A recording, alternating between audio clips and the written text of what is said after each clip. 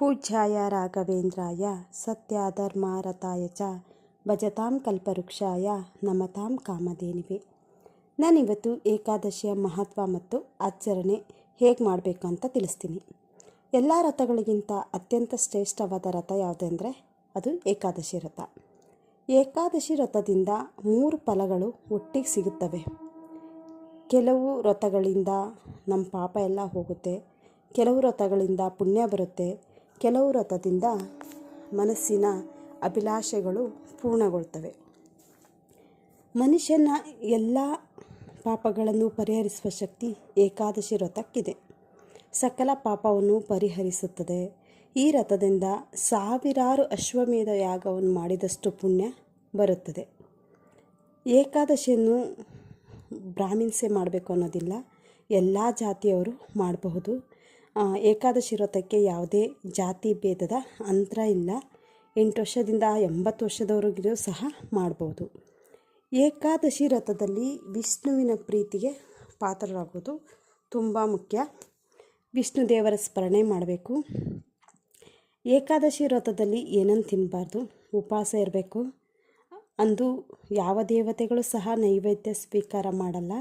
ಎಲ್ಲ ದೇವತೆಗಳು ಸಹ ಉಪವಾಸ ಮಾಡ್ತಾರೆ. ಸಮುದ್ರ ಮಂಥನ ಮಾಡಿ, ಏಕಾದಶಿ ದಿವಸನೇ ಸಮುದ್ರ ಮಂಥನ ಮಾಡಿದ್ದಕ್ಕೆ ಅಮೃತ ಪಡೆದಿದ್ದು. ಅದಕ್ಕೆ ಎಲ್ಲ ದೇವತೆಗಳು ಸಹ ಏಕಾದಶಿ ವ್ರತ ಮಾಡ್ತಾರೆ. ಅವರಿಗೆ ನೈವೇದ್ಯ ನೀಡಬಾರ್ದು ಅಂತ ಹೇಳೋದು. ಏಕಾದಶಿ ದಿನ ಈ 4 ಕೆಟ್ಟ ಕೆಲಸನ ಮಾಡಬಾರ್ದು. ಯಾವುದ್ಯಾವುದಂದರೆ, ನಾವು ಬ್ರಹ್ಮಚರ್ಯ ಪಾಲನೆ ಮಾಡಬೇಕವತ್ತು, ಸತ್ಯವನ್ನೇ ನುಡಿಬೇಕು, ಶುಚಿಯಾಗಿರಬೇಕು, ಮನಸ್ಸಿನಿಂದ ಕೆಟ್ಟದನ್ನು ಯೋಚನೆ ಮಾಡಬಾರ್ದು, ಬಾಯಿಂದ ಕೆಟ್ಟದನ್ನು ಆಡಬಾರ್ದು.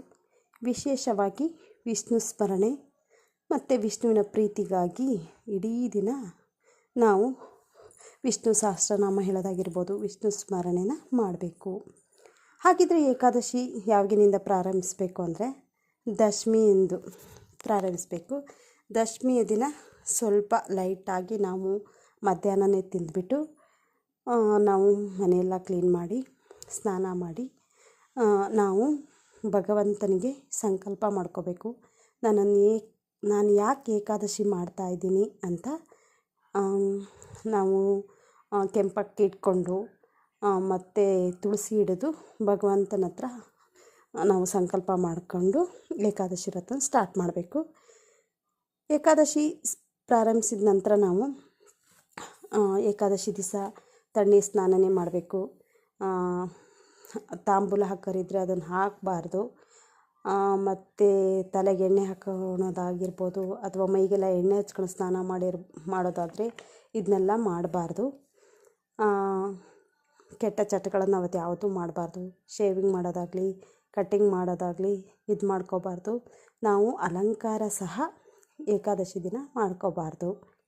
ಏಕಾದಶಿ ಆಚರಣೆನ ಜಾಗರಣೆ ಕೂಡ ಮಾಡಬೇಕು ಅಂತ ಹೇಳ್ತೀವಿ. ಜಾಗರಣೆ ಫುಲ್ ಇರಲಿಕ್ಕಾಗೋದಿಲ್ಲ ಅಂದರೆ ಅರ್ಧ ರಾತ್ರಿನಾರು ನಾವು ಜಾಗರಣೆ ಇರಬೇಕು. ನೆಕ್ಸ್ಟು ದ್ವಾದಶಿ ದಿವಸ ಮಾಮೂಲಿ ಸ್ನಾನ ಮಾಡಿ ದೇವರ ಪೂಜೆ ಮಾಡಿ ಸೂರ್ಯ ಉದಯಿಸಿದ 1.5 ಗಂಟೆ ಒಳಗೆ ನಾವು ನಮ್ಮ ಉಪವಾಸವನ್ನು ಬಿಡಬೇಕು. ಆವಾಗ ನಾವು ಆಹಾರವನ್ನು ಸ್ವೀಕಾರ ಮಾಡ್ಬೋದು. ದ್ವಾದಶಿ ದಿವಸ ಸಹ ಒಪ್ಪತ್ತಿದ್ರೆ ತುಂಬ ಒಳ್ಳೆಯದು. ನಾವು ಏಕಾದಶಿ ದಿವಸ ಬರೀ ನೀರು ಕುಡಿದು ಉಪವಾಸ, ನಿರ್ಜಲ ಉಪವಾಸ ಸಹ ಮಾಡ್ತಾರೆ. ನಮ್ಮ ಹತ್ರ ಆಗಿಲ್ಲ ಅಂದರೆ ನಾವು ನೀರು ಕುಡಿದು ಉಪವಾಸ ಮಾಡ್ಬೋದು. ಬರೀ ನೀರು ಕುಡಿದ್ರೆ ನಾನು ಉಪವಾಸ ಮಾಡೋಕ್ಕಾಗಲ್ಲ ಅನ್ನೋರು ಫಲಾಹಾರ ಅಂದರೆ ಬರೀ ಹಣ್ಣು ಹಾಲು ಮಾತ್ರ ತಗೋಬೇಕು. ಉಪ್ಪಿಟ್ಟು ಅವಲಕ್ಕಿ ಇದೆಲ್ಲ ತಿನ್ನೋದಲ್ಲ. ಫಲಾಹಾರ ಹಣ್ಣು ಹಂಪಲನ್ನು ತಿಂದು ಸಹ ನಾವು ಏಕಾದಶಿ ವ್ರತವನ್ನು ಮಾಡ್ಬೋದು. ಈ ಏಕಾದಶಿ ವ್ರತ ಮಾಡೋದ್ರಿಂದ ನಮಗೆ ಸಾವಿರಾರು ಅಶ್ವಮೇಧ ಯಾಗ ಮಾಡಿದಷ್ಟು ಪುಣ್ಯ ಫಲಿಸುತ್ತೆ. ಎಲ್ಲರೂ ಸಹ ಏಕಾದಶಿ ವ್ರತವನ್ನು ಮಾಡಲೇಬೇಕು. ಏಕಾದಶಿ ವ್ರತ ಯಾರು ಮಾಡಲ್ಲ ಅವರಿಗೆ ಪಾಪ ಬರುತ್ತೆ ಅಂತ ಹೇಳ್ತಾರೆ. ಅದೇ ರೀತಿ ನಾವು ಏಕಾದಶಿ ವ್ರತವನ್ನು ಮಾಡಿ ನಿಷ್ಠೆಯಿಂದ ಮಾಡಿಲ್ಲ ಅಂದರೆ ಅಲ್ಲಿ ನಮಗೆ ಯಾವುದೇ ಫಲ ಸಿಗಲ್ಲ, ಪಾಪವೇ ನಮಗೆ ಸಿಗುತ್ತೆ. ಅದಕ್ಕೋಸ್ಕರ ನಾವು ಏಕಾದಶಿ ವ್ರತವನ್ನು ನಿಷ್ಠೆಯಿಂದ ಮಾಡಬೇಕು. ಇನ್ನೂ ನಿಮಗೆ ಹೆಚ್ಚಿನ ಮಾಹಿತಿ ಬೇಕಂದರೆ ನನಗೆ ಕಮೆಂಟ್ಸ್ ಮಾಡಿ. ಎಲ್ಲರೂ ಏಕಾದಶಿ ವ್ರತ ಮಾಡಿ. ಶ್ರೀ ಗುರುಭ್ಯೋ ನಮಃ.